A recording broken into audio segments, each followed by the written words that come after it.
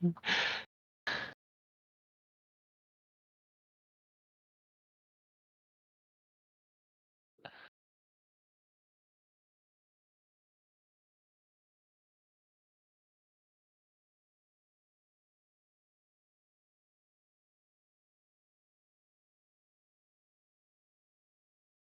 we can probably get started now.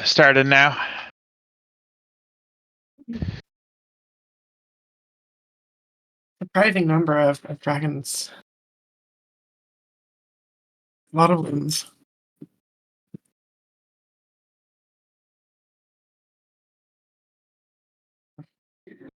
$100,000 wings. That's a Means good that question for this poll. Do wings count as limbs, or are limbs specifically legs? biblically accurate dragon with 100,000 wings. Honestly, I'm into it.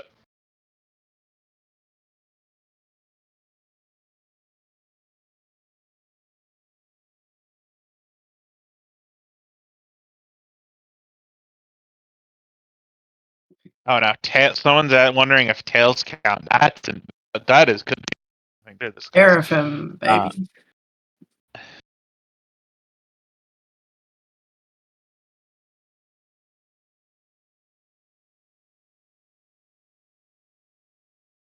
I feel like they could count as limbs if you got like a tail prehensile enough to like grip and manipulate things.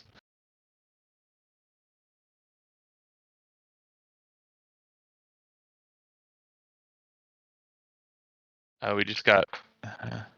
Okay. I will defer to the biologist.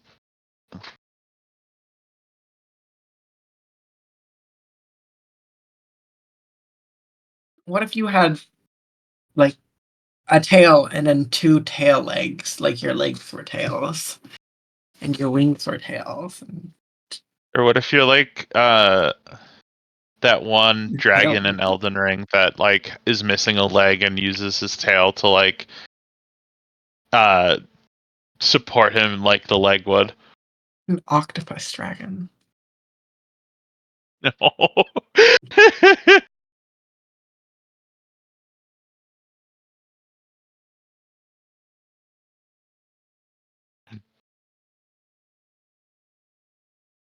All right.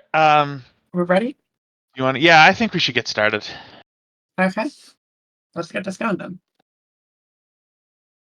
How do I turn off the music? I'm not hearing any music. Are you still hearing the music? Oh, you can just mute it. Oh, okay. Wait. Is there a way to turn off the music? Or is it just muting it? I haven't hosted a panel here before, so. You will not have the music. Okay. All right, great. Okay. Yeah, so I am Zana. I use she, her, or it, its pronouns, also known as Rowan Silver, author of Dragons and Skylines. I'm Andromeda Rainlight of the Rainlight system. I use she, her, and it, its pronouns, and I am currently working on a book titled The Moons of Ceres. It is not yet done, and it won't be for a bit, but I do plan on publishing it. Yeah. And today we're going to be talking about Wings of Fire and other dragon books. Just the heads up, this is actually the second time we've done this panel. We did it at Antrim in England last year. So it's not specifically geared towards Everkin, but we're probably going to make a few comments about how it relates to Everkinity and our own Draconity. And we will be opening for questions, so if anyone wants to turn the subject specifically to other related things than that, then that would be a good time to do it. Yeah. So right now the current plan is we have two parts of this panel. The first part is going to be a history and a discussion of dragon literature, as well as a discussion of some of our favorite dragon books we've picked out. And the second part of the panel is going to be a Wings of Fire trivia contest. We're going to do a short Q&A session between those two, and we're probably going to do a longer Q&A session afterwards. Time permitting, which I think it does. So yeah, let's go ahead and start. Okay, a couple of questions. Everyone, feel free to answer in chat.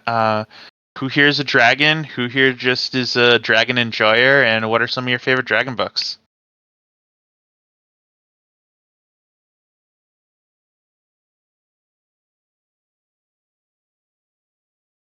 Got some waff.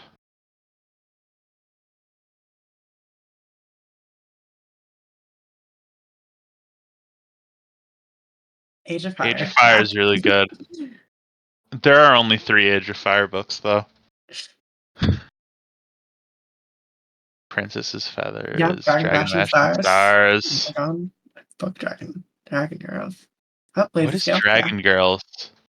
I don't think Is I've heard that of that like one. Azamina the Gold Glitter Dragon? I think it is. Is that?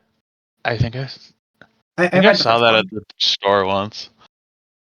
Yeah, I read the first one. Oh, Gold Dragon Rider Glitter. is such an overlooked one because I think people see Dragon Rider and they're like, "Oh, it's just a Dragon Rider book," but it's not. No, it's absolutely It's not.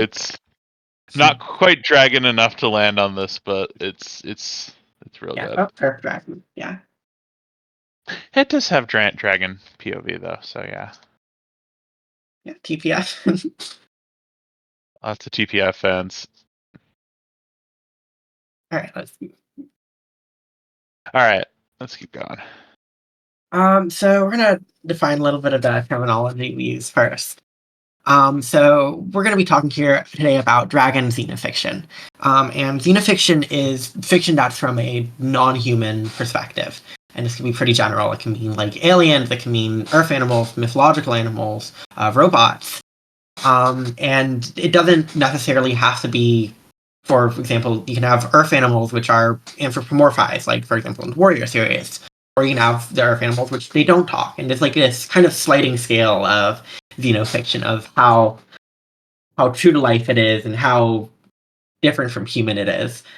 Um, and a lot of dragon fiction that's pretty popular today, that's stuff like Game of Thrones and Aragon, they have dragons, but they're not dragon perspectives. They feature the perspective of a human. Whereas dragon xenofiction and creature fantasy, which is becoming increasingly more popular the last 20 years or so, 10 years really is, has dragon perspectives in it, where the main characters are dragons, or one of the main characters. And we're going to be talking a lot about that.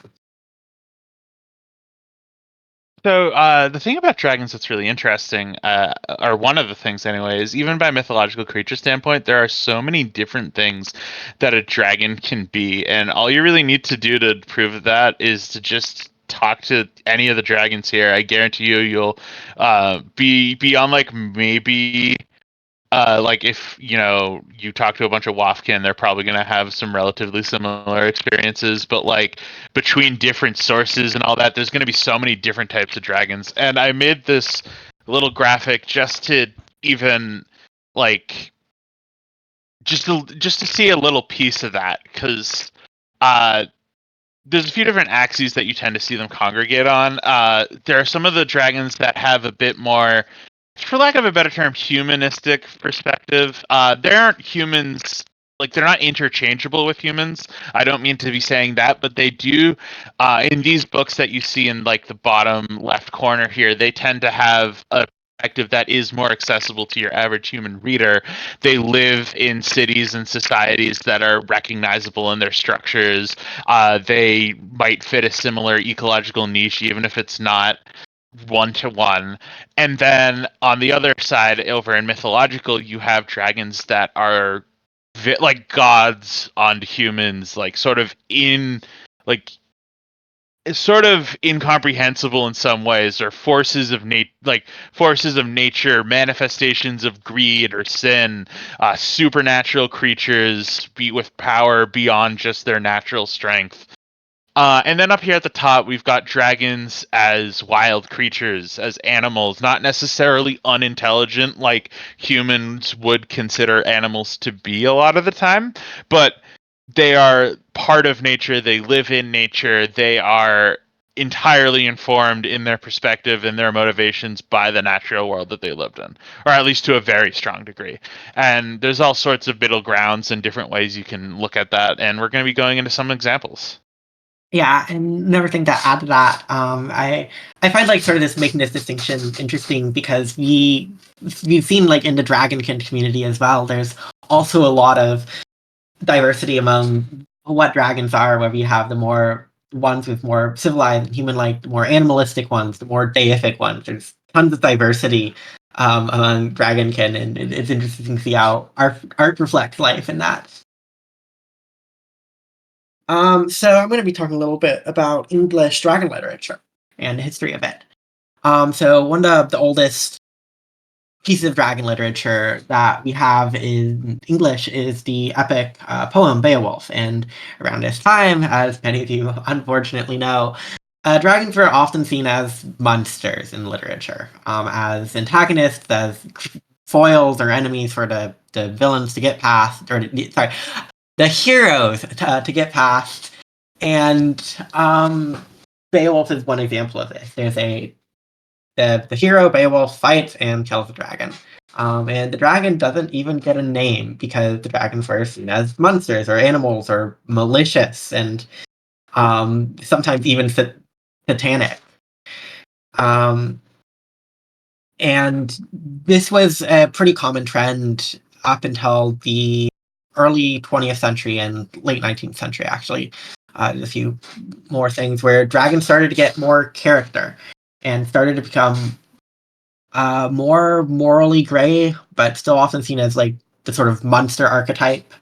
And one of the big books of this era was, of course, The Hobbit by J.R.R. Tolkien. And this is pretty important in dragon literature because while The Hobbit was based off of Beowulf and like J.R.R. Tolkien was a huge, huge like a literature professor, Smaug, even though he's based off the Beowulf dragon, Smaug has a name, he has character, he can speak, and even though he is the antagonist, he is more powerful than that in a way. He's his own person and his own character.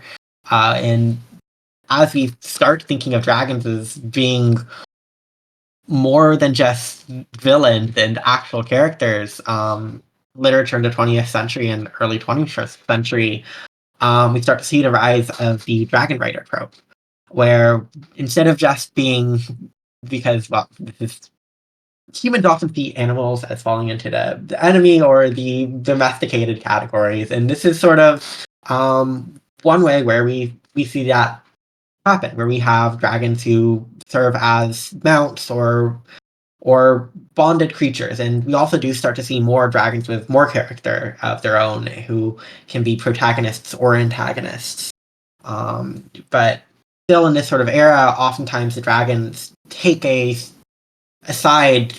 They're not usually the protagonist of the story. They're usually a side character or maybe a deuteragonist who is featured but does not often get focus or perspective of their own. And this is where a lot of the tropes we see nowadays come from, like dragon telepathy, or magical bonds between humans and dragons.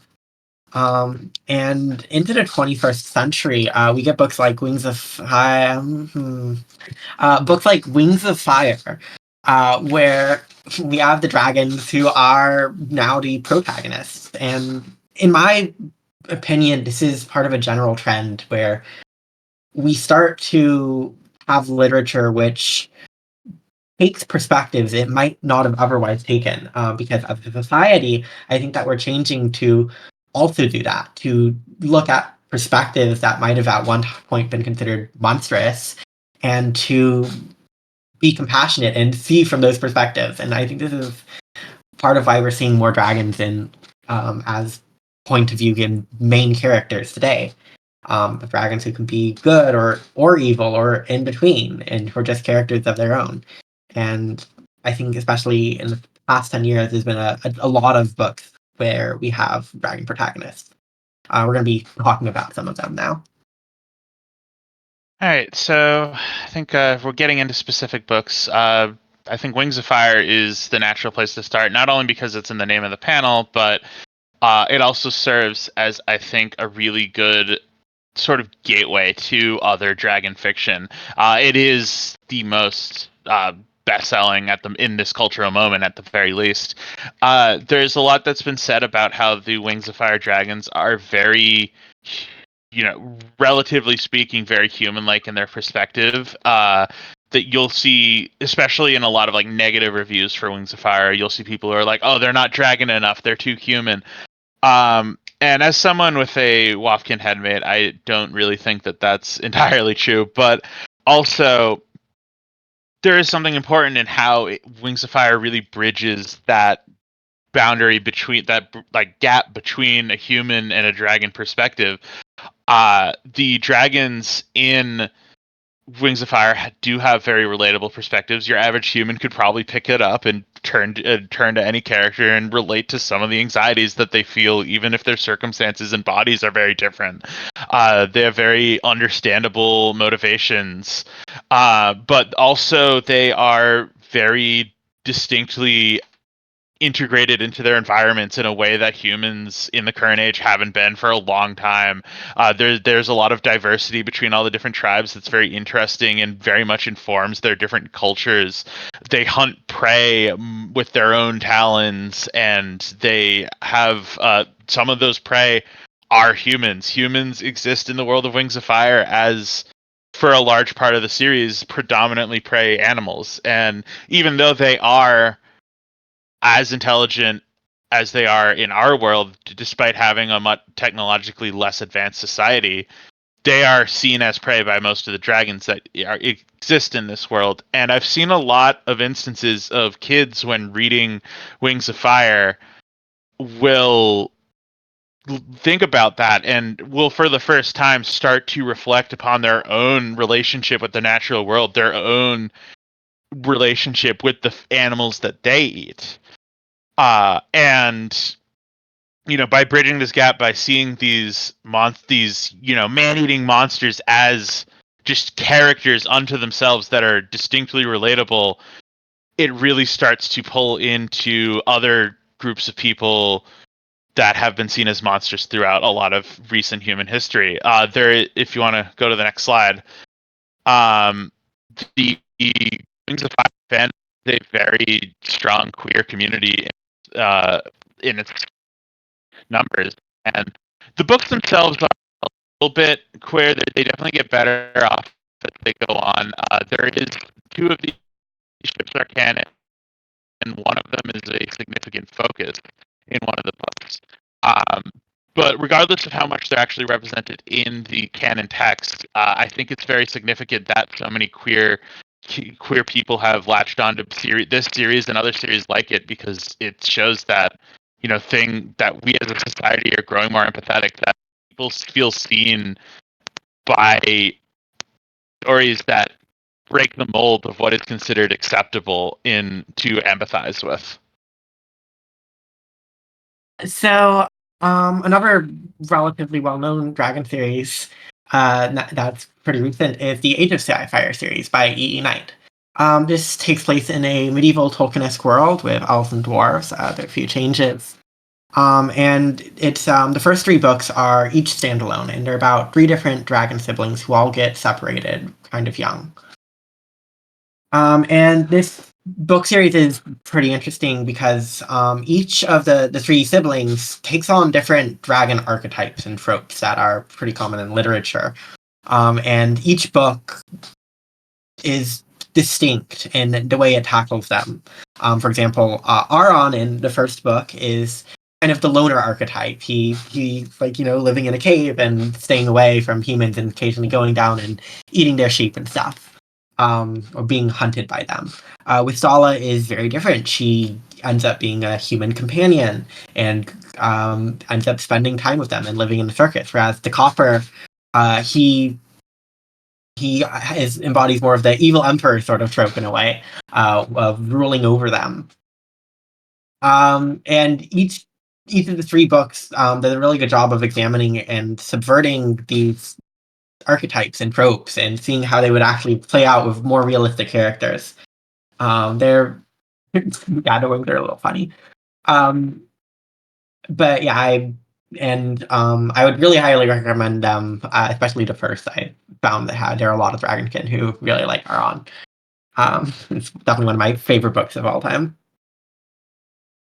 So one of the subgenres in dragon xenofiction that we'll find, especially in self-published books, is dragon TF fantasy, where a human or turned into a dragon, or human or anthro or other creature ends up getting turned into a dragon.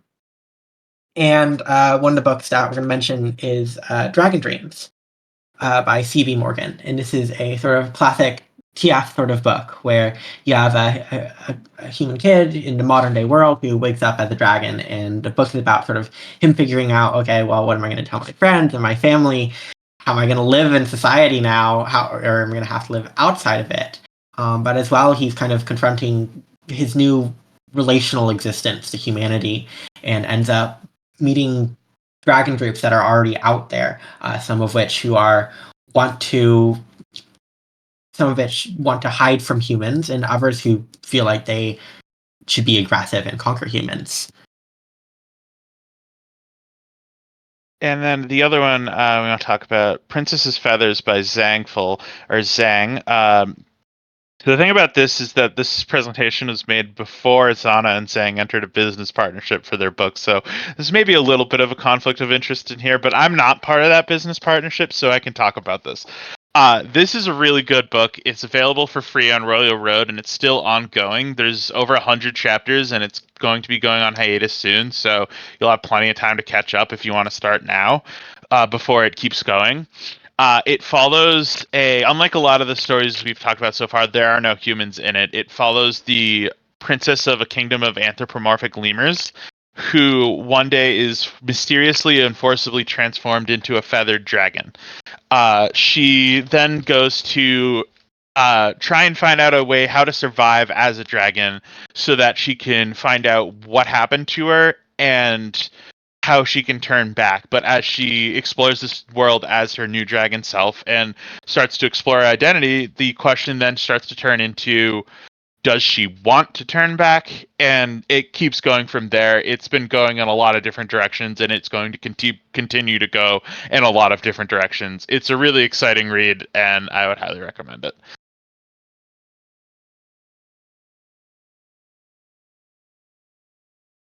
And so the next one I want to talk about, Cozy Dragon Fantasy. So cozy fantasy is sort of a niche that's been developing in the fantasy space. So for a more mainstream example, think of like Legends and Lattes, if anyone's familiar with that. It takes place in these like typical fantasy worlds, but rather than being about epic battles, struggles between good and evil, clashing kingdoms, or line of succession, prophecies, heroes' journeys, all this stuff, it's about the more mundane slice of life, everyday concerns of people who live in those worlds. And Cozy Dragon Fantasy is that, but from a dragon perspective. Axtera Banking and Finance by Max Florschutz is a really good example of this, and it is exactly what it says on the tin. It is about a dragoness who aspires to be a banker who moves to a distant, still developing kingdom in order to start a bank and help their economy flourish. I do not really care or understand well finance and banking. It's something that is difficult for my dragon brain to wrap its head around. It's a lot easier when it's another dragon who's very cute, who's talking to you about it, and explaining it. And also, it is a story about like moving to a new place where you don't know anybody, starting a new business, and also the fact that she's the only dragoness or dragon in general in a kingdom of humans, and the struggles that come with that. Royal Red is one of my favorite dragon books at the moment. It's about a dragoness who is a painter, and she decides to go on a journey through her world in order to gain experience and hone her craft. And it's all about the people she meets, the experiences she has, and how that affects her understanding of her world and her own identity, and how that in turn reflects upon her skills as a painter and an artist. This is one that there's a couple books. This is the first one that does have an adult content warning. This is an 18 plus book. It's not dominant, but there are some graphic scenes in it of that nature. But if you are 18 plus and that doesn't bother you, I would highly recommend this one. Yeah, so Truth and Claw is a book that has sometimes been described as Pride and Prejudice, but with dragons. I'm sure for those of you who might know that Tui Sutherland, who wrote Wings of Fire, has actually mentioned this being one of her inspirations for Wings of Fire. And Tooth and Claw is a book about, dragons and doing in a Victorian society, doing Victorian society things, such as figuring out who marries who and going to debutante balls and having court appointments and inheritance squabbles, but with the additional fact that they're all dragons and their society revolves around eating each other to get bigger because dragon flesh is magical. It's a little bit gory, and it's a little bit different than some of these other books. It's the dragon perspective is very distinct because you have the dragons, and it sort of feels like they're kind of cosplaying Victorians at some point, that they're suppressing their dragon natures in order to do so. But it is pretty interesting. Dragon of Ash and Stars, which I've also heard sometimes described as Black Beauty, but with dragons, is a book about a dragon who gets captured and enslaved by humans and ends up going from master to master, trying to get out of that, and eventually trying to get his revenge. And it's a little bit dark, but it's pretty interesting among these books because it's one of the few books where you have a dragon main character who, while he can understand what humans say, he can't speak, which is pretty unusual.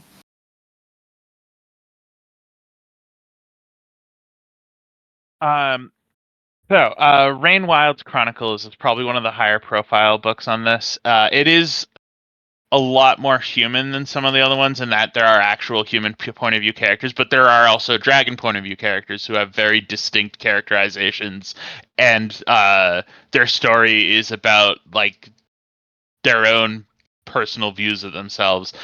It's an okay story as far as the actual content of it goes. It's a little hit or miss. There's some really great moments and also some really slow moments. But the characters in it, the themes about overcoming personal weaknesses or disabilities with connections, and how that's even strengthened by bonding over being an outcast in the society that were born in, are really potent. But what's also really interesting that I really want to highlight is the dragons in this book have some of the most interesting life cycles. They start off their life as a sea serpent. They live a life as a sea serpent, and then they travel upriver like eels or salmon, and to their birthplace where they hatched, and they form cocoons made out of their own, like sealed with magic containing their memories, and metamorphosize into dragons. It's super cool, and I just wanted to shout that out. Yeah, so Golden Treasure to Great Green is technically a visual novel, but I'm including it here anyways because the creator, Ludwig, actually has some ties to the Dragonkin community. And you start out playing as a Drak, as they're called, Feather Dragons, as a young hatchling in Bronze Age Europe.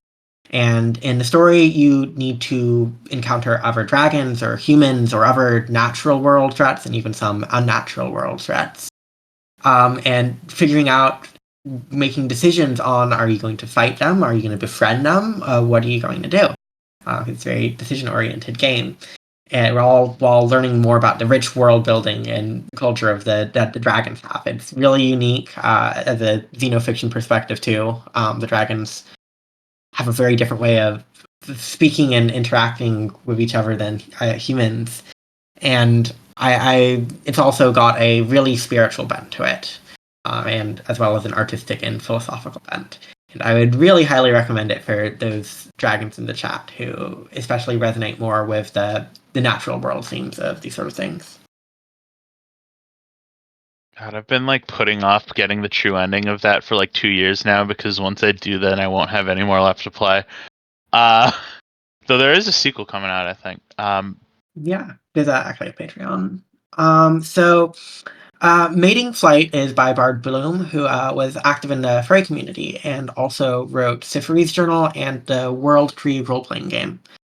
It's a really funny book. It's very adult, but it's the story is about there's a group of dragons who they go on a mating flight, which is a sort of contest slash vacation in order to decide who ends up getting married to whom. Um, they um, the vacation is these godlike dragons with godlike magical powers end up all deciding to go to a world which has never seen dragons before, made up of anthropomorphic animals with a technology level that's similar-ish to modern day humanity. And as dragons with godlike magical powers tend to do, they make a mess of everything. It's really hilarious. It is definitely an 18 plus book, but if you're looking for something that's funny and interesting, and the dragons have a really different perspective, I would go for it. The Remembered War by Robert Vane is a relatively recent series about a dragon who is in sort of a subversion of the dragon rider bond thing. The dragons in that book are mind controlled in order to get to bond, and he breaks free and has to figure out how is he going to save his family and how is he going to save everyone, all the other dragons. It's a definitely epic fantasy with some sort of big, grand, world-ending threat sorts of stuff. But it's really interesting, and I feel like it does the world building and the lore reveals and the characters all really well. Um, it's sort of similar to Age of Fire in in some ways. So to wrap up this part of the panel, why dragon fiction? Might seem like a little bit of a silly question to ask because I'm sure we all think dragons are cool, and a lot of us are dragons, and this is kind of the only place where we get to see uh, a huge part of our identities actually represented. But in a more broader sense, I think dragon fiction, as has been said a lot throughout this panel, really represents a turn in the way that society is becoming more empathetic to those who are different, to those that were feared or seen as monstrous before, perhaps unjustly, and it allows us to see the world through such a different perspective in a way that we could never have, a lot of people might never have considered before. And that is really bolstered by how many rich mythological traditions and cultural traditions that dragons have featured in throughout centuries of history. I think that they're very important, and fiction like this is very helpful to really anyone who wants to expand their worldview and their mind. Yeah, so we're gonna spend 10 minutes doing a Q&A before we head on to the trivia, WAF trivia. And after the trivia, we're gonna do more Q&A. So go So, ahead and do yeah, your if you have any question. questions, put them in panel questions, and we'll start talking about some of them.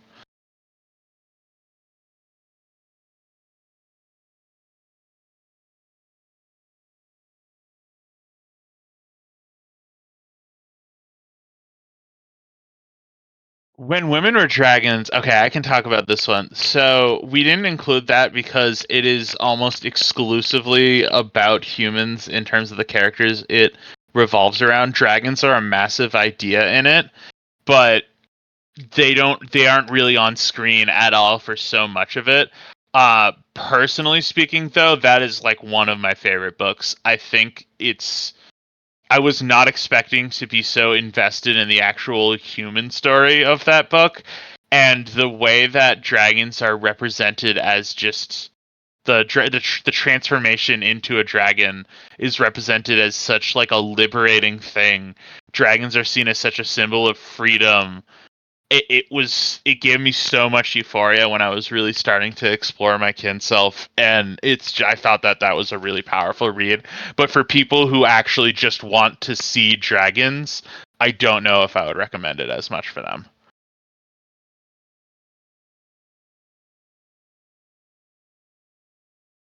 Dragons in sci-fi. I am trying to see if I can think of any dragons in sci-fi specific ones. Uh, Honestly, there aren't a lot of.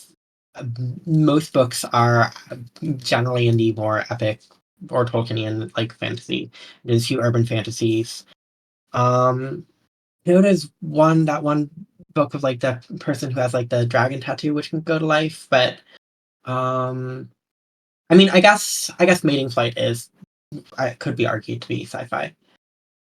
I think Um, more sci-fi writers should include dragons. I both dragons and skylines could to some degree I think be considered science fantasy, although I don't want to like plug our own books too much. Mine definitely is, but not and hard sci-fi, but science fantasy. But there's not really a ton of dragon representation in sci-fi. That is, I think, a missed opportunity. yeah, I don't know. Um, yeah, so with Neon Huo, yeah, I think Ronnie, yeah, that's we just put the Goodreads lists in the chat. There's a lot of those. And if you want, yeah, there's also the QR code and the URL to I have a Discord server, which we have like a book club and stuff, where we talk about dragon books. I think you would have a much more interesting answer to the dragon myth question. Favorite written dragon myth. Okay, that's a hard one.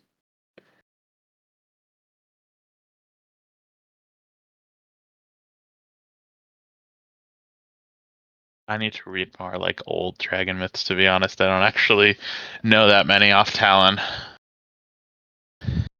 Hmm.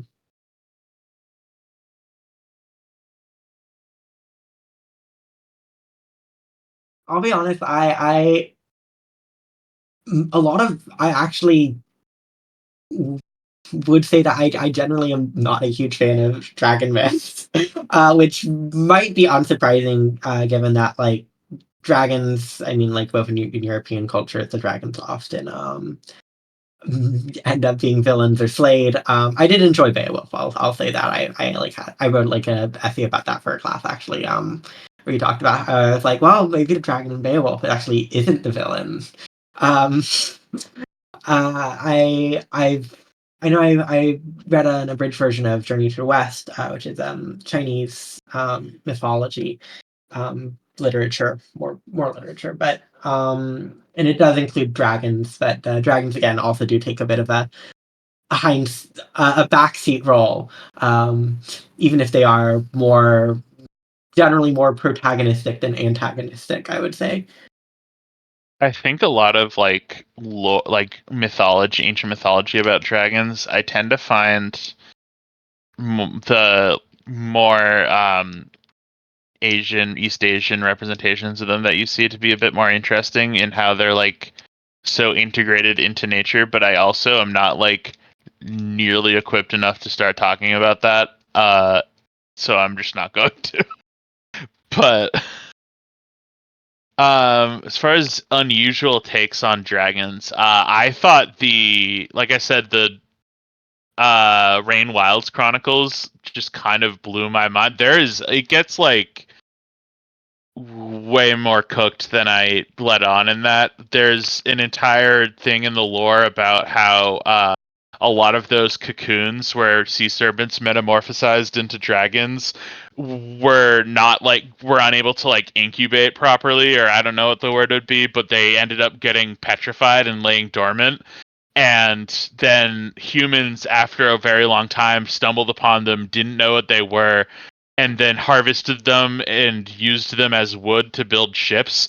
But because they were magically infused with dragon memories, the ships became sentient creatures with the memories of sea serpents and dragons that have been passed down. And there is just an entire thing in that universe about that. It's really nuts. Uh, with regards to Dragon Pride and Prejudice, I think some of that is just like kind of obvious. It's more like, well, I like these sorts of stories, and I think they would be better with dragons because I think everything would be better with dragons. So I think there needs to be more dragon shonen animes.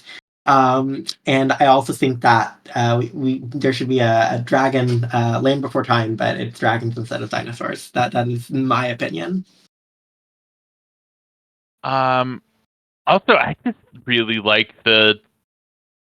I don't know how unusual it is compared to some other things, but I just really think that from a design standpoint, I love the Draken GT.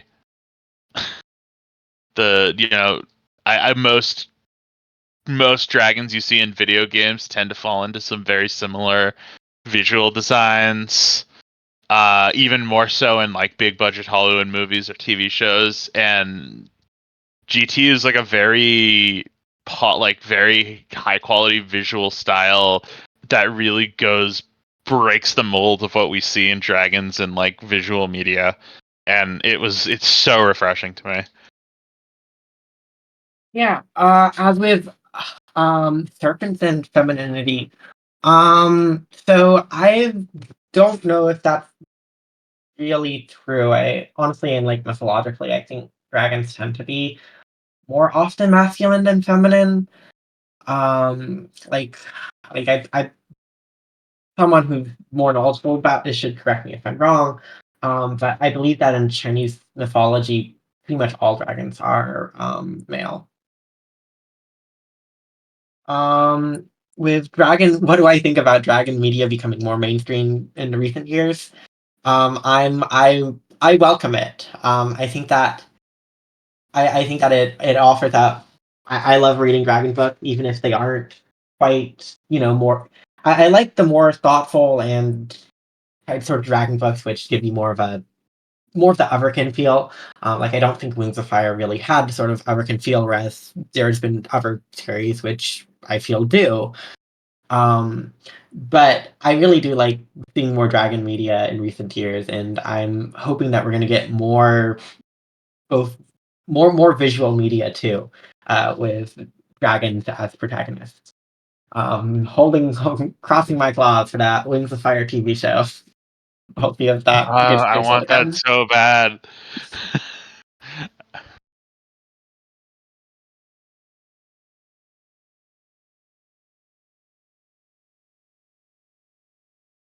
Yeah, there's like I will admit Robin Hobb. I'm seeing someone in chat talking about some like iffy stuff in some of Robin Hobb's work. I think some of this, like in Rain Wild's Chronicles, I thought there was some stuff in it that felt very like interesting and more progressive to me. But there was also some stuff where I was like, yeah. So I can see she's a bit of a mixed bag as far as that goes. So if yeah, I will admit that. Um, I, I did really think that she was like the only book that was the Rain Wilds Chronicles is the only book I've ever read that like depicted an abusive relationship between two gay men in a way that was not homophobic and was actually like empathetic to the person who was being abused, and that he later finds like freedom and liberation in another like gay relationship. So I yeah. We can let's see, what other questions were there? I got a little bit off track. Uh, mm, I We can think that's probably all of go on to them. the trivia contest. All right, let's go on to Uh, trivia contest then.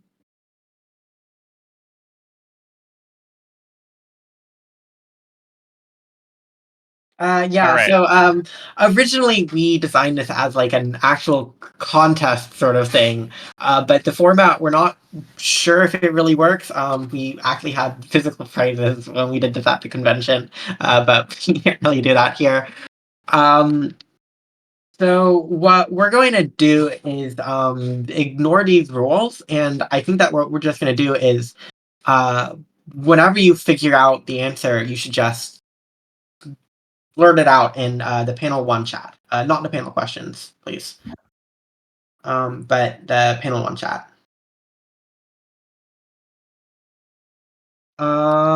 Is there spoilers for WAF? Is there spoilers for WAF? Let me do a quick Yeah, Maybe just if maybe some, but we're not going to be like spoiling major plot twists, and a lot of them will be completely out of context. So, yeah. yeah. Um, But then we're so not going to be giving like major stuff. yeah, Uh, we probably don't want to do the request to speak because I think that'll just be a bit kind of uh that would be a logistical nightmare, I think. yeah, just a Considering little neither of bit. us have hosted a panel here before. There will be ARC 3 questions. They are all of these questions can be from any WAF book. And yeah, if you all want to leave but still have like questions you want to have answered or want to like DM us, I don't know if I said I'm open to DM or not, but Or we could, if anyone wants to just, yeah, DM us and we'll like let you know when we're getting off of it.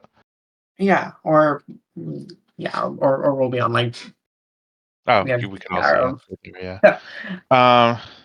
so, and so let's go ahead. Yeah. I'm gonna Let's start start with an out. easy one. How many siblings? How many siblings by blood does Clay have? Anima Jammer 109 got it first. It's 6. Nice. So, bit more difficult one now. What is the name of the annual Nightwing traditional music festival started in the 40th year of Queen Vigilance's reign?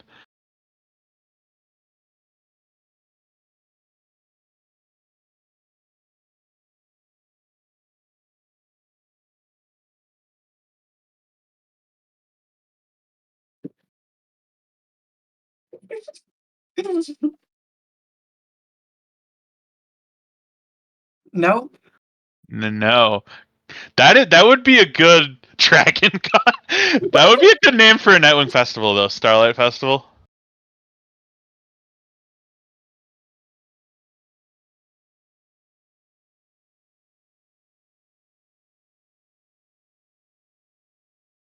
Oh, Orca got it. Glass Wait, Jubilee. I hope you didn't look that up. Wow. Okay. That. Wow. Nobody got that on at A&E. Yeah. All right. How many That sons does isn't Flame even in Coral Dark. have? Oh,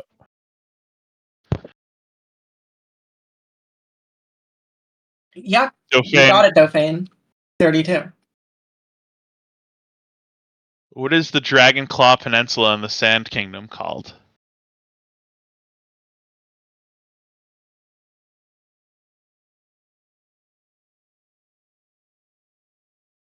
You got it, Rose.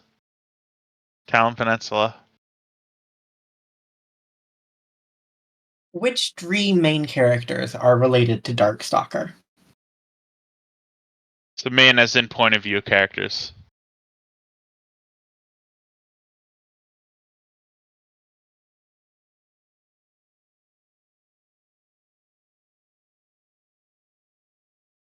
Io got one.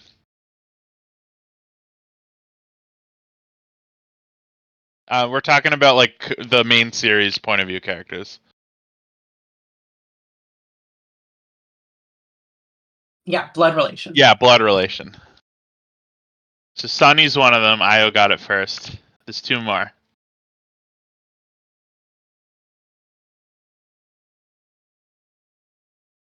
Thorn's not a main character. We're talking Yeah, POV characters.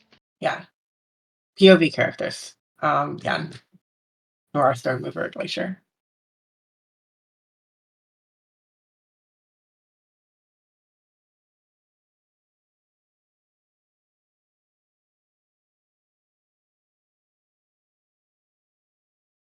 Yeah, that's the second. Snowfall. Dauphin got the second. Snowfall.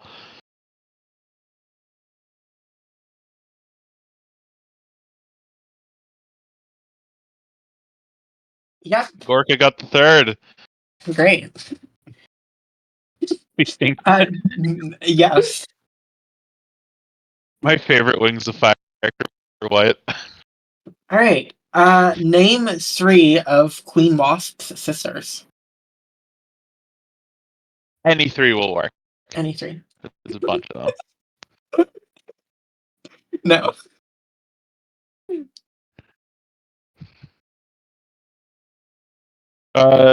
Drake got right. It's not Scarab.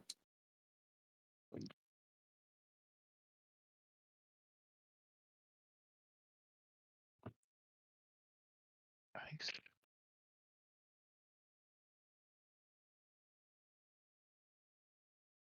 I need one more. It's not Jewel. Jewel relation, but a direct sister.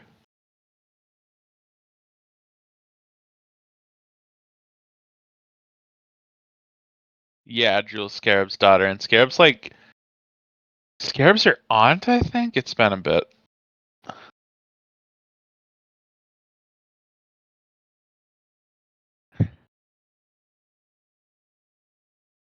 No, not It's Katie's. not Katie. Did don't worry.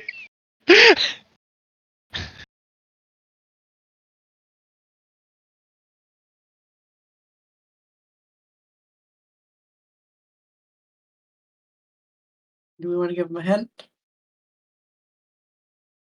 Oh, you have yeah, that's it. Vinegaroon? Yep. Vinegaroon. Got Bloodworm, Cicada, Hornet, Mantis. Oh, okay. What river runs past Jade Mountain Academy?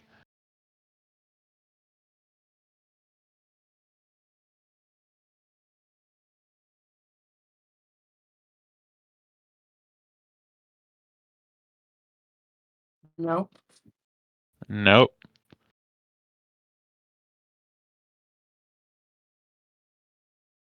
Rose, didn't you tell me you haven't even read the books?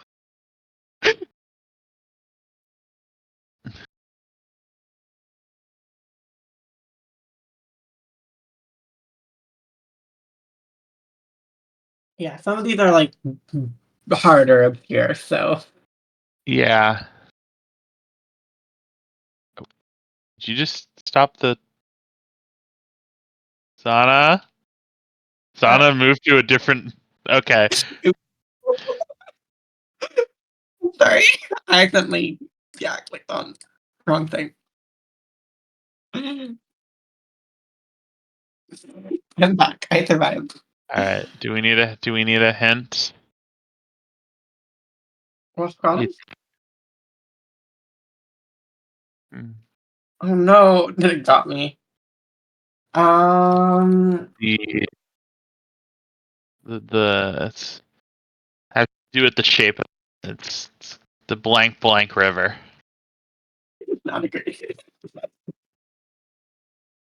The Something Tail River. Yeah, Something Tail. It's not dragon. Yep. Not dragon. It's It's sort of like Wiggly Worm googly. River. Yep. Yeah, very Orca useful got it. river. What two series did Tui Superland write at least one book for under the pen name Aaron Hunter?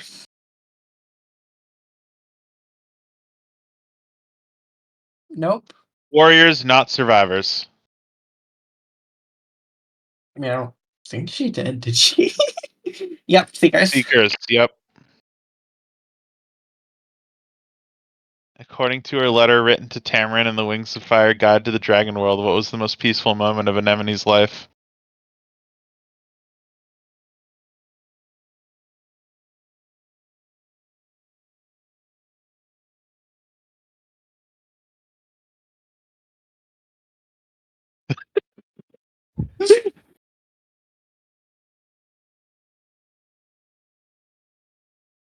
No, that's cheating. Can't grab the book.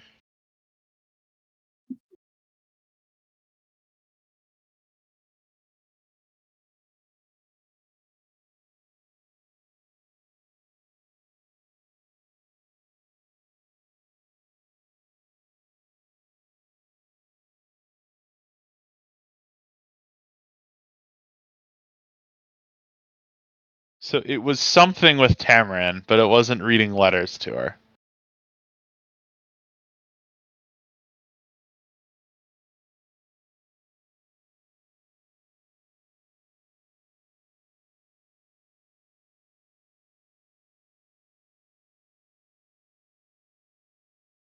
Fane's close enough. It was planting flowers. Dandelions. We didn't even talk about the dragon's No, call. Oh my no, we're not god. talking about the Dragon's Call. I the Dragon's Call. It's one of the. It's certainly a Dragonkin book. We could have an entire panel about my highly conflicting thoughts on that book. Yes, but yeah, we could.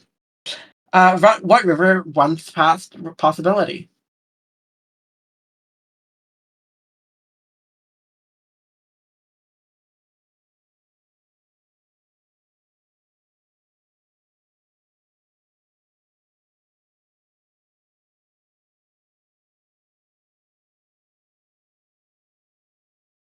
Well, if Peril swims in it, it's not going to be a river anymore. Yeah, it is that one. It is that river.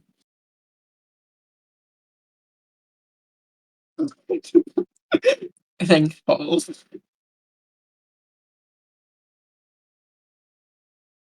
Opportunity river. Really no one. Big river. Correct. Almost. Nope, not Diamond Spray. I talked about this one so much when I was writing fanfic.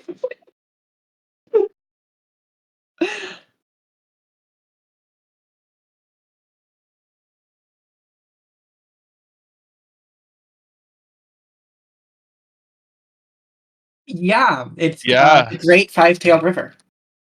Great Five-Tailed River. Orca is Orca's Orca's sweeping. Who are the other Silkwing Hivewing couple introduced in the Hive Queen? So not Blicket.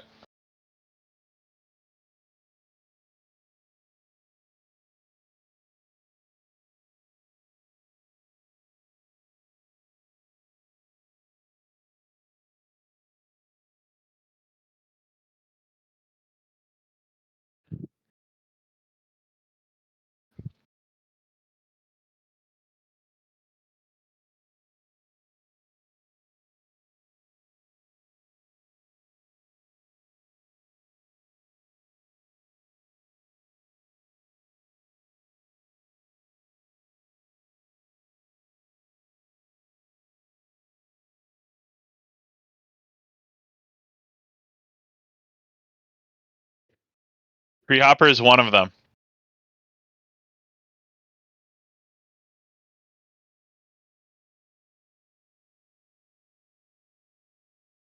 Cinnabar is a character in that book, but not the one we're looking for.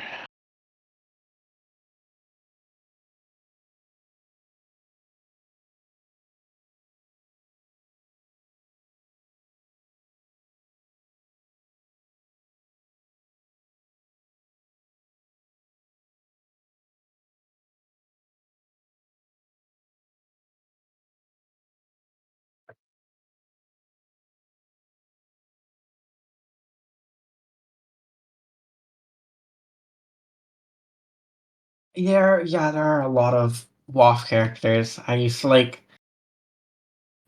I used to like list every character in WoF like with their names who started with like alphabetically.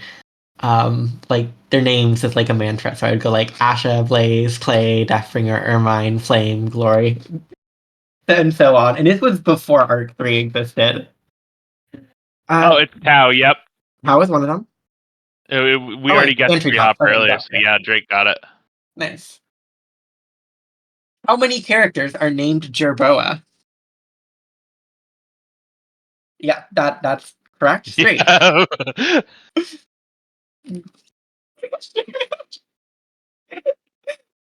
Who I is think Snail? I accidentally went too fast on this. Though someone might have seen it already. Sky. Oh, you're right, Sky. It's Who? nothing to do with Sky.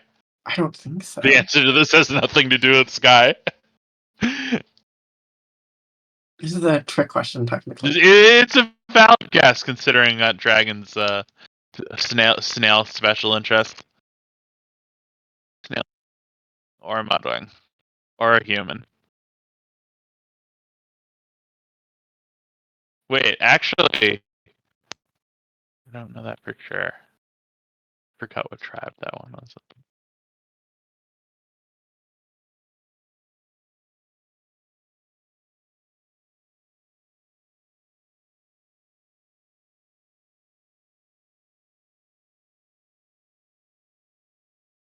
Yeah, trivia is still going.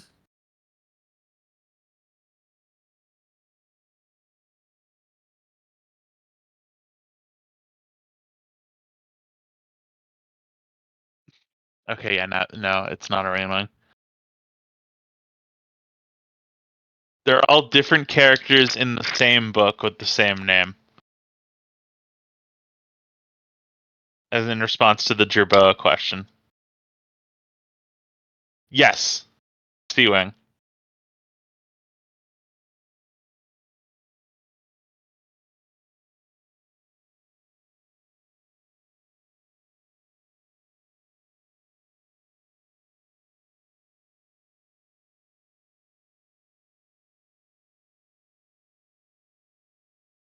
No, not one of the. Yep, is a student at Jade Mountain or a guard at the Summer Palace. There's two of them.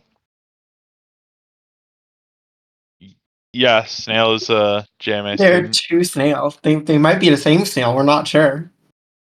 Because Tui was running out of wasp names, apparently. There's only so many. I think they were one of the guards, which like one of the guards which they were guarding like tsunami Okay. and or they were guarding the non-tsunami dragonet book too. All right. Name a character sharing their name with a jade mountain winglet.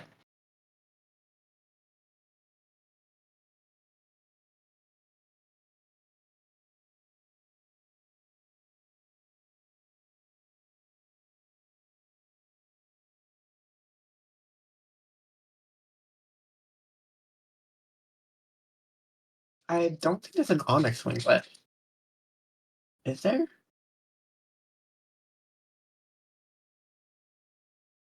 There's not an Onyx Winglet now. I don't think there's a character named Jade yet. I don't think there's a. Is there a Jade Winglet? Wait, They're no, the yeah, yeah, there is. yeah, they're the Jade That's winglet. the main one, isn't They're the it? main. They're the main. Oh my god. They're the main characters. I don't think there's a diamond winglet. I can't believe I forgot that. I'll give you all a hint for this. Neither of the characters are dragons. Oh, you got one. You got one of them, though, Fame. Yep. Okay, we got it. Yeah, there's a sloth named Silver and a scavenger named Quartz.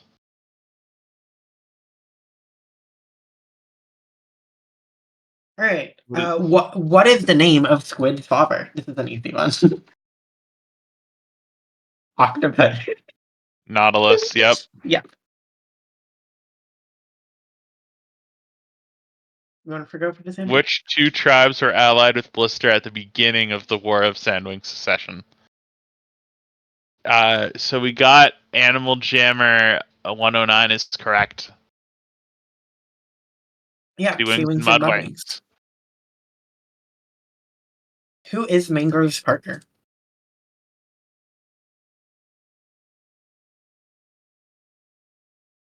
Yep, Orchid. How many hives were a part of the Hivewing Kingdom at its height? Yeah, Ronnie's Ronnie's right, correct. it's 9. In what book is Darkstalker mentioned for the first time? Orca was right, it's book 5, for the Brightest Night. 49 books? Not quite yet. We're gonna have to wait for it to get Warriors length. And the Wafkin's doing real great at the Waft Trivia Contest. Who would have thought? No, but I am impressed though. Joking aside. no fox. Snowfall, snowflakes, snowfox. Yeah, Yep. y'all got them all.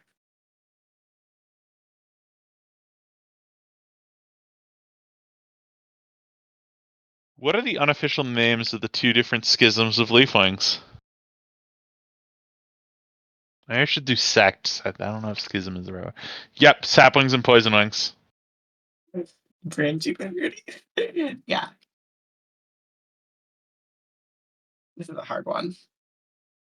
Who is Yes, the this first one's really. novel protagonist to meet Deathbringer chronologically?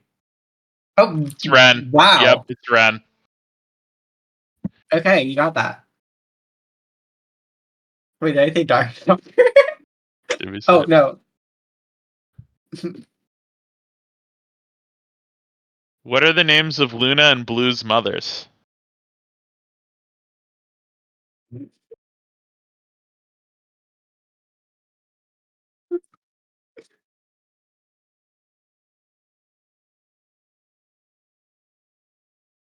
Burn spout. I mean, Kind of close, but I'm not enough to get not enough for me to give it to you.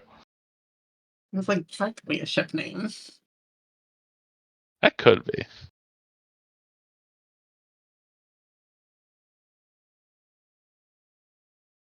I, I,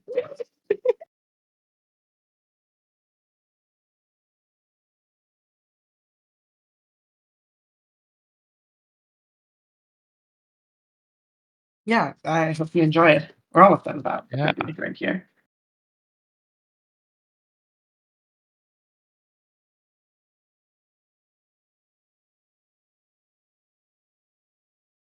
Yeah, I hope I'm pretty so. sure they know what gravity is. They do have like they do have like science. Yeah, there are. And yeah, they're a little bit funny. Okay. Does anyone have like a serious guess? Oh, go ahead. Yeah, Silver it's spot silver. and burn it. So close to burn spot. Yeah.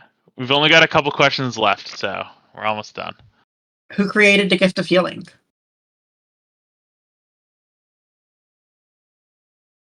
Yep, Yep. Diamond. How often is it the How brightest often night? is the brightest night? 100 years. Yep. Orca MVP. All right. So we're gonna stay here and chat about dragon books for the next half hour or so. If anyone has any other questions they want to ask, and if not, thank you for coming to our panel. It's been real fun. I'm glad to see all of you. Yeah, thank you all for coming out to see us. We've had a wonderful time. Yeah, if y'all have any more questions, shoot them out in panel questions. Um, if I not, never read then Dragonology, but I wanted to a lot, and I never was able to get around to it. yeah, I hope y'all. Yeah, I hope y'all read more dragon books. Yeah, definitely read more dragon books. UHC. Like especially if you've only read WAF. WAF is great. I love WAF, but there's like so many more that are really interesting, and their authors are a lot more independent and could use all the support that they get. I need to reread the Earth Dragons at some point. I've read the Last Dragon Chronicles like, I need a to read through number the of last Dragon Chronicles again. I've read them all a number of times and like multiple times each, but I haven't read Earth Dragons more than once. And yeah, they have like plural characters and Well, like that's interesting. a male character who gets reincarnated into a female character, and it's like it's really wild. Like yeah, no, like they're not. It is like magical, spiritual, like mystical, like sort of thing. It's not like I don't know. It's very. I don't want to get into like the plural course, but like the characters are more like endogenic in a way. They have characters who, yeah, end up encompassing multiple characters within the same body. really wild. The Last Dragon Chronicle. What was the first best plural rep? Also, there's more I'm important. curious. Yeah.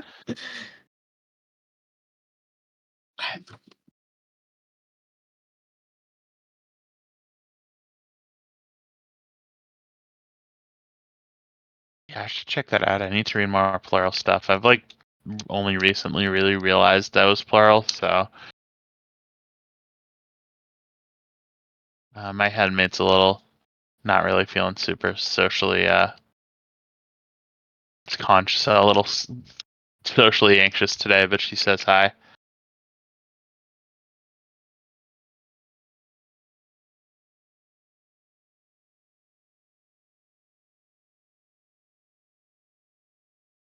Yeah, it's if you write enough law fanfic, and yeah, that really helps with the Pyria geography.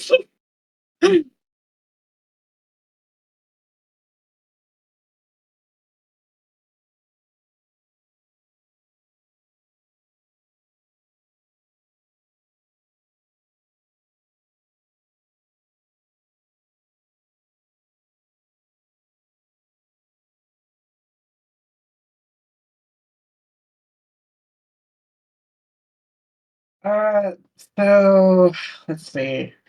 I don't know if we actually have any list of the ones specifically we talked about today. Oh, it's the xenofiction list, which I've posted. Um, I can just like write. Also, this Zana has a server that it's all about like dragon book discussions. There's also some Griffin book discussion there too. Um, I could get into a whole nother thing about Griffin books. I've been really into them a lot lately, but in this QR code in the center here, a lot of these books are featured in there, and plenty more too. Yeah.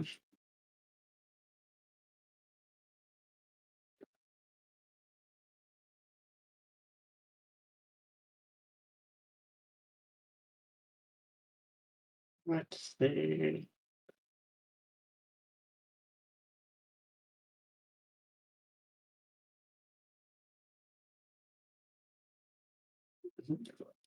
It's lower than two snails, even. Like snail is in the animal, or snail is in the Seawing Guard, Or or snail snails. is in the Jade Mountain Academy student.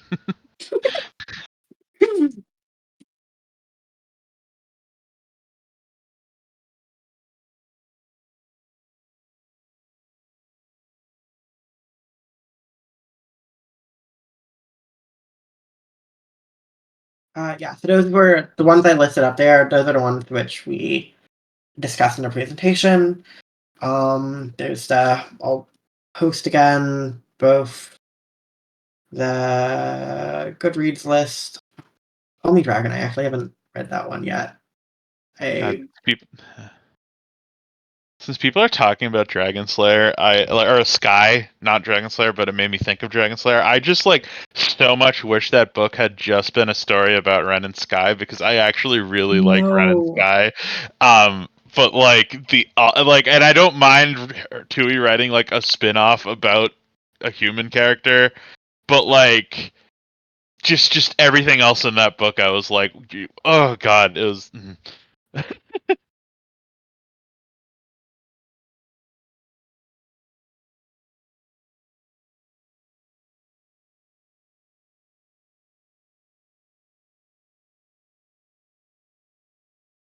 All right, everyone, discourse about the best Dragons and Skylines character now.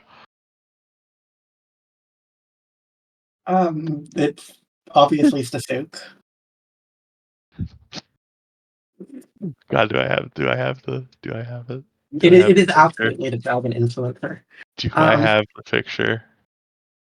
what's the I- Oh God, I don't know if I have the picture on this computer right now. that one? Oh, I have sticker. Yeah, That's that the one. other one. Um, She won't talk about dragons and skylines because she doesn't want to like plug her own book embarrassingly, but you all should read it too. It's really good. What is a Uh, hot dragon book take I got? wait, oh. Oh, my hot dragon book take that my really hot dragon book take is that humans being in dragon xenofiction often makes the dragon xenofiction better. That is my hot controversial take. And the reason why I believe that is because having humans around gives a lets you compare and contrast the dragons with the humans and see what they how to do things differently. That is okay. I don't know if I think it makes it better all the time, but like I don't know that actually. Now that I say that, I don't know that you said that, so I don't want to put words. I won't put words in your mouth. But I really like stories that are about like relationships between dragons and humans, and I know a lot of dragonkin would prefer stories that are just about dragons, and I get that. I definitely get that, but I like to explore the distinctions and similarities between them as someone who is has connections to both species, being a dragon in a human body. Uh, what's my hot dragon take? Uh,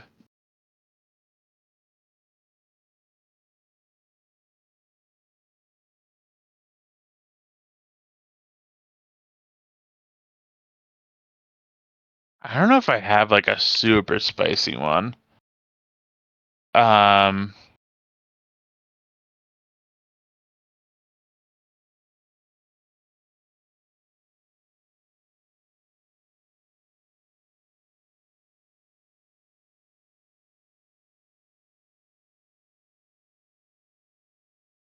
I guess just like anytime a book starts to get like really uppity about the distinction between dragons and wyverns, my eyes roll so far into the back of my head that they like basically do a full like owl head tilt.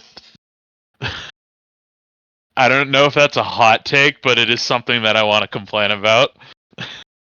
Like if you cannot like if you think that both western and eastern dragons are both dragons, then you should be able to acknowledge that like wyverns are also a subset of dragon, unless they're like in a lore where it's just a completely different species, like which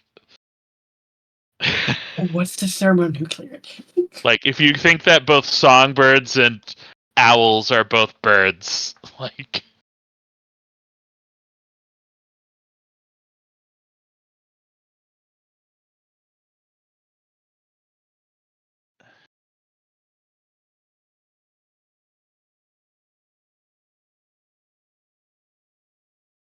Amphitheater.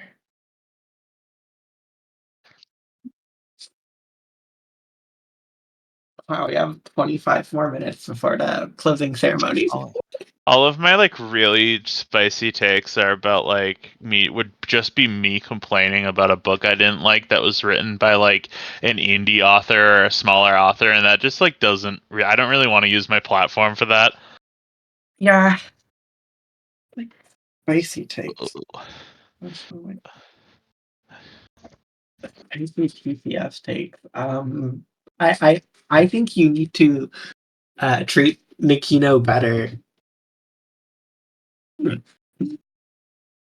Also, the Duncan chapters are good and they're great. I love the Duncan Oh, chapters. I And love the Duncan chapters. I agree with that take. spicy TPS take. I know some people didn't like those. I thought that they were like a really interesting contrast, and I was like waiting for them to piece things together the Yeah, entire time. I know, right?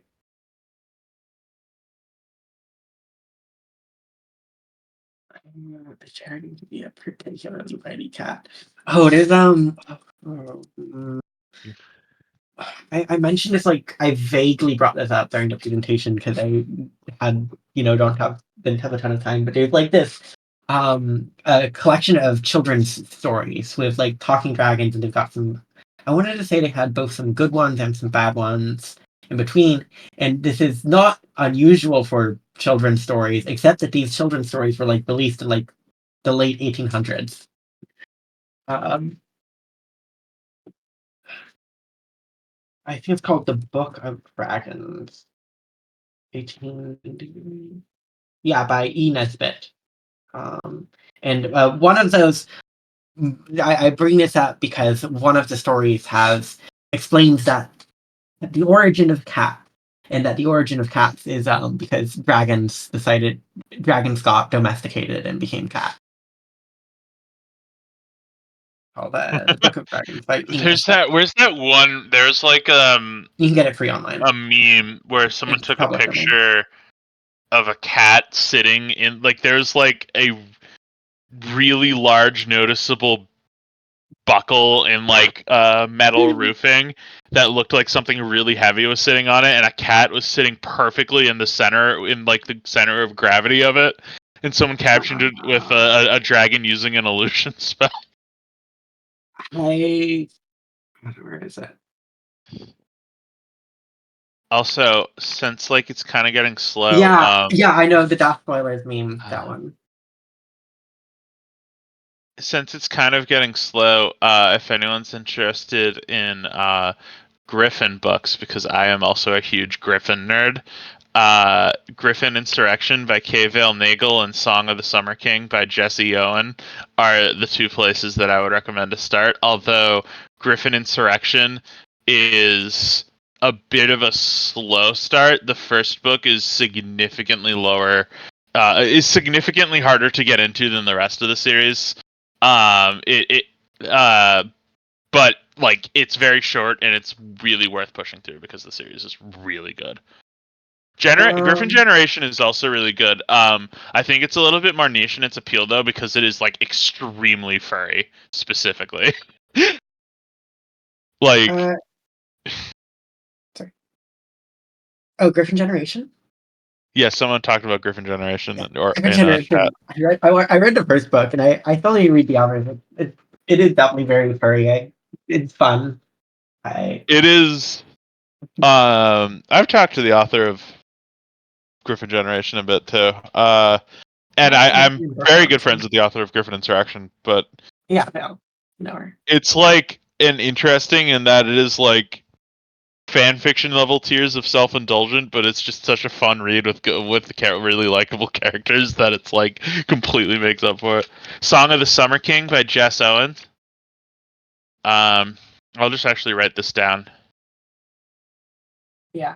Okay. Yeah. So yeah, we actually do have yeah, the adult story section in Bookworms, and do occasionally have adult books chosen for the book club. I don't want to get into that here really, but we do, and like if you've been verified on Uppercon, then we can verify you there without needing to do anything else. With advice on how to write a dragon story, um, my advice is probably very generic for any writers, but the advice is just to try and write every day. Try and like schedule out a time where you're going to be writing, even if you are busy, just like have a time like every day, or maybe like if you can't do that, then maybe like a few times a week where you're going to be like, okay, I'm going to sit down, I'm going to spend an hour writing, and if you can make that habit, then it's pretty good. I also like outlining. I do a lot of outlining, but it's not. I know that doesn't work for everyone, but I find like outlining gives me a it's like I have these tasks in front of me. I have this scene I'm gonna write. I have this scene I'm gonna write, and it makes it easier than just like going straight ahead of it. Oh, maybe I'll do a panel on how to write books in a future year or something.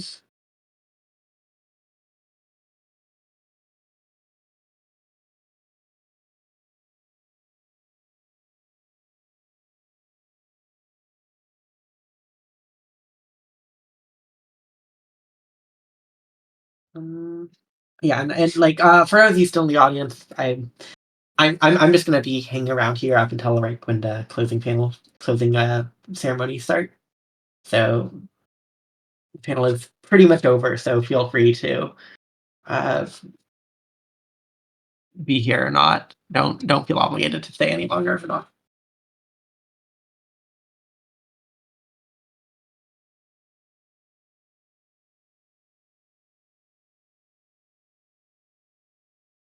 Wolfwalkers is really good.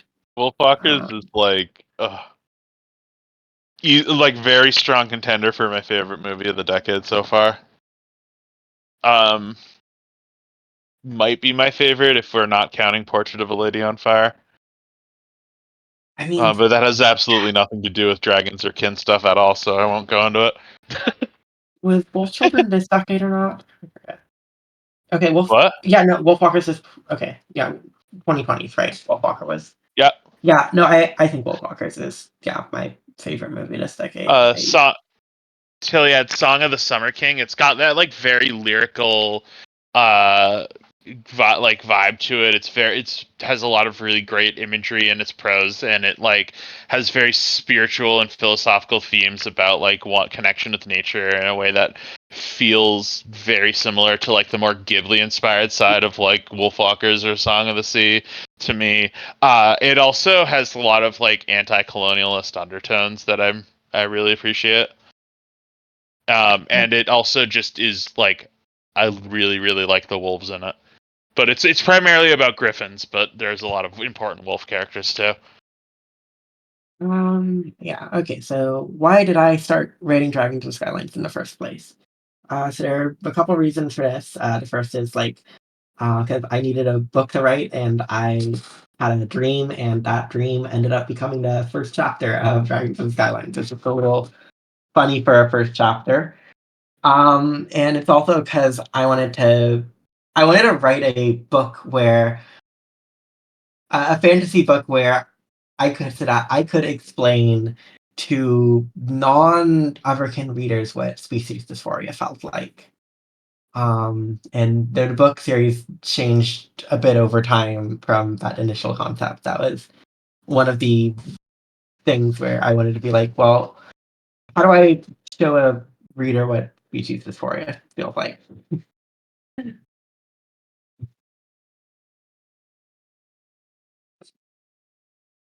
The first like half of Feathers of Gold in particular really does a good job at that in my opinion. It not Sorry. that the rest of it is bad. It just shifts. It just is a bit of a different focus. So I'm specifically talking about the first. But it's just this like dark humor, uncomfortable, like but empathetic kind of thing. I don't know. It's really good. Katori is best girl.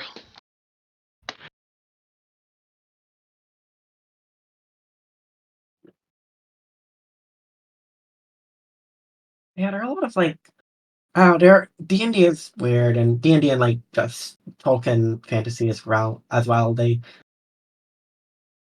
are like very culturally prevalent in books, and I would like to see more books which aren't more fantasy books which diverge from that a little bit. Maybe have more mythic feels, or I don't know.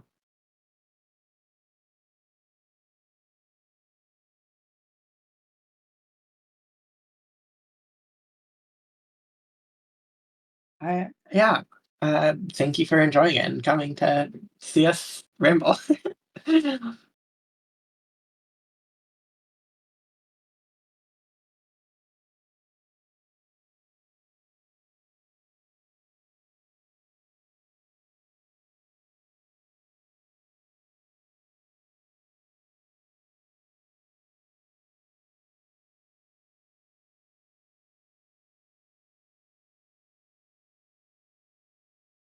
Yeah, thank you all for coming. I I wonder how good of an idea. So, talking about streaming Song of the Sea and Wolfwalkers, the ending of Song of the Sea would be interesting to see how that plays here specifically. But Wolfwalkers is like an easy pick for another con, I think.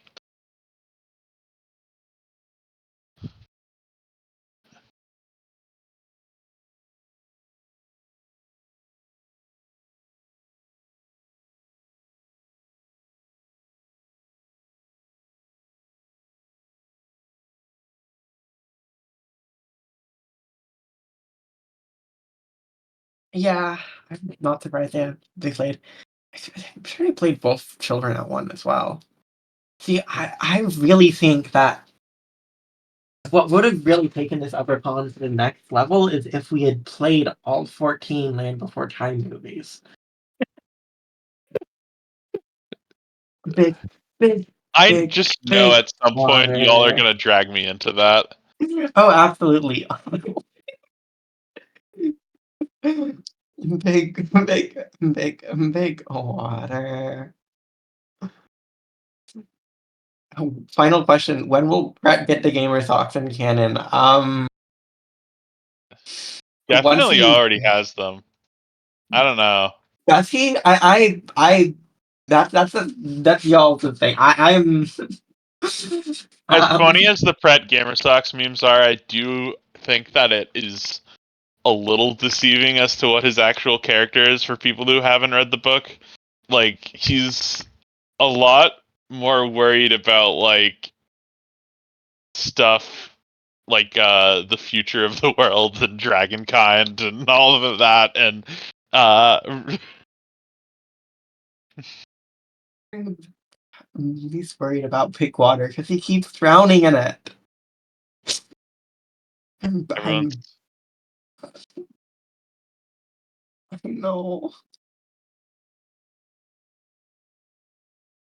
I maybe when I agree. I clear sight. No, I you're right and you're wrong at the same time. Just a little bit, yeah. I mean, as far as is purely, if we're talking about abilities as a seer, then yes. If we're talking about character arcs, it's different. Dragons and Skylines is the book series that I wrote. It's we didn't talk about it. No, uh, It, I also have the Moons of Ceres coming out, which I didn't really talk about at all because I just finished the rough draft and it's going to take probably another year before I get it published. But that one directly explores kin stuff in it, in that the main, like, the inciting incident of the plot is about three humans who are, like, forcibly turned into dragons, and you kind of use that setup to explore a different sort of reaction to that, whereas, like, one of them actually gets species dysphoria from being a human stuck in a dragon's body, whereas another one is just completely euphoric, like, no, this is an improvement. I like this better. I don't like, as her character arc progresses, she realizes that she prefers that, and I thought and the other one is still just kind of trying to figure out what how he's even supposed to feel about it, because that's kind of an incredible and ridiculous thing to happen to most people.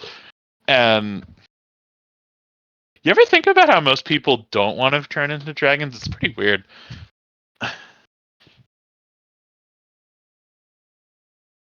this is Dragons and Skylines.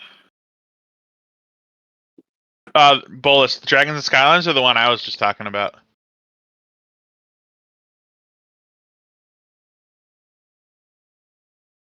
Oh, that's the one I'm writing. It's called The Moons of Ceres. There's no page for it yet because I'm still working on it, and it's going to be like at least another year before I am able to publish it. But Fact check: um, 80% of humanity would love to be dragons. the other, what's the other? What are we gonna do with the other 20%? Don't answer that question. We're being recorded. You know.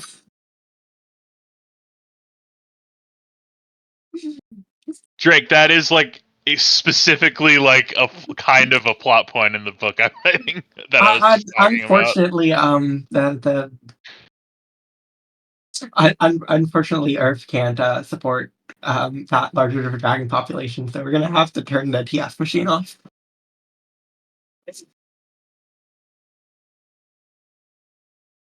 No, Yeah, the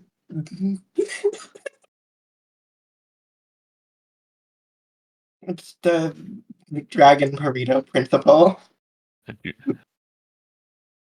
As a panel host, I do not condone what we are talking, what is being talked about in chat. Please do not come at us, human president. Please just let us turn into dragons.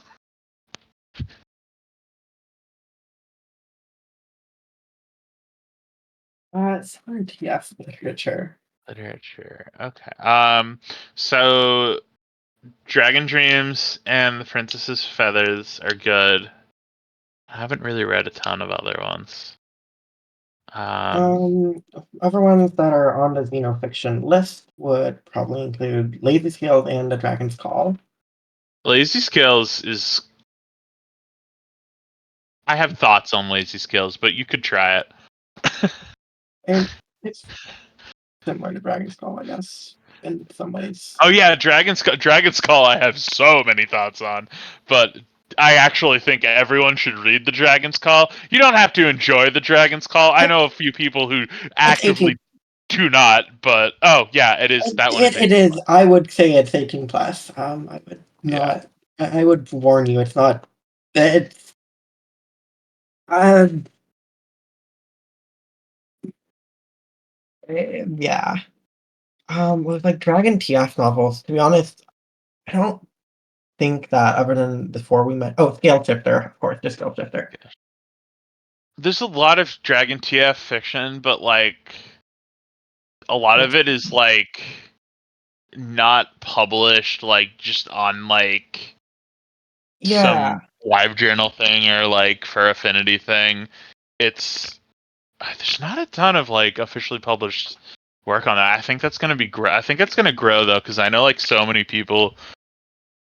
I am in a bit of a bubble, but I do know a lot of people who are working on like I know another one of our friends was working on one too. I don't know if that's going to be like I don't know what her plans are for it, but I'm really liked whatever to that. I won't drop the name because I don't know if she would want me to, but yeah. uh I think that there is a fair amount of like serialized fiction, yes. um which is Dragon's Call, or which is Dragon TF fiction.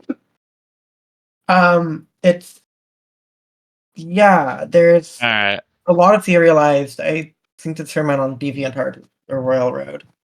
But yeah, it looks like if the closing ceremonies are happening soon, we should probably wrap up here so we can jump into the other one for the Mega How. It's calls. No, by Peter Dressler. Okay, is that how I spell it? Yeah, Peter Dressler.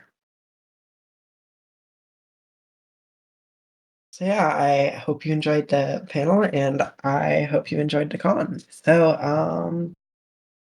see y'all soon at the closing ceremonies.